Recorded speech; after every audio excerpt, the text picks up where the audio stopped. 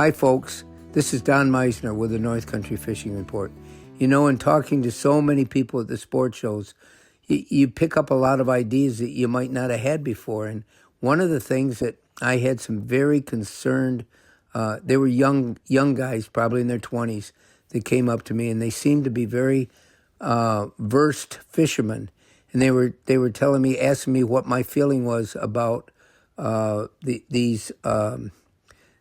these plastics that are biodegradable. And I said, well, I've used some before, and they don't seem to be as easy to hook the hooks on. To me, they tend to be slimier and so forth.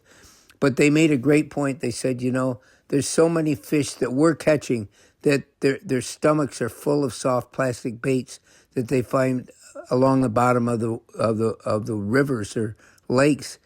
And especially lake trout. They said there's been a huge number of lake trout that they've caught that are getting skinnier and skinnier, and they think it's because their digestive system is all plugged up with these plastics.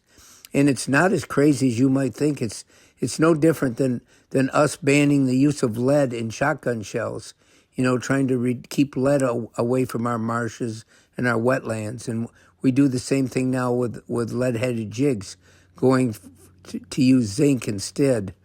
And it's something that I think is really important that we be aware of, that when we are buying all these soft plastic baits, when they get torn off, when a fish tears them off, and they just stay in the water, and they'll go down to the bottom, and fish will pick them up and think they're food, and we're really hurting the species that we're trying so hard to protect.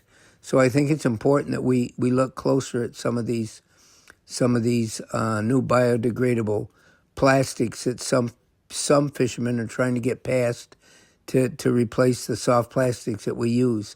I don't think it's a bad idea. I could have said this stronger to the guys if I'd have done more research on it.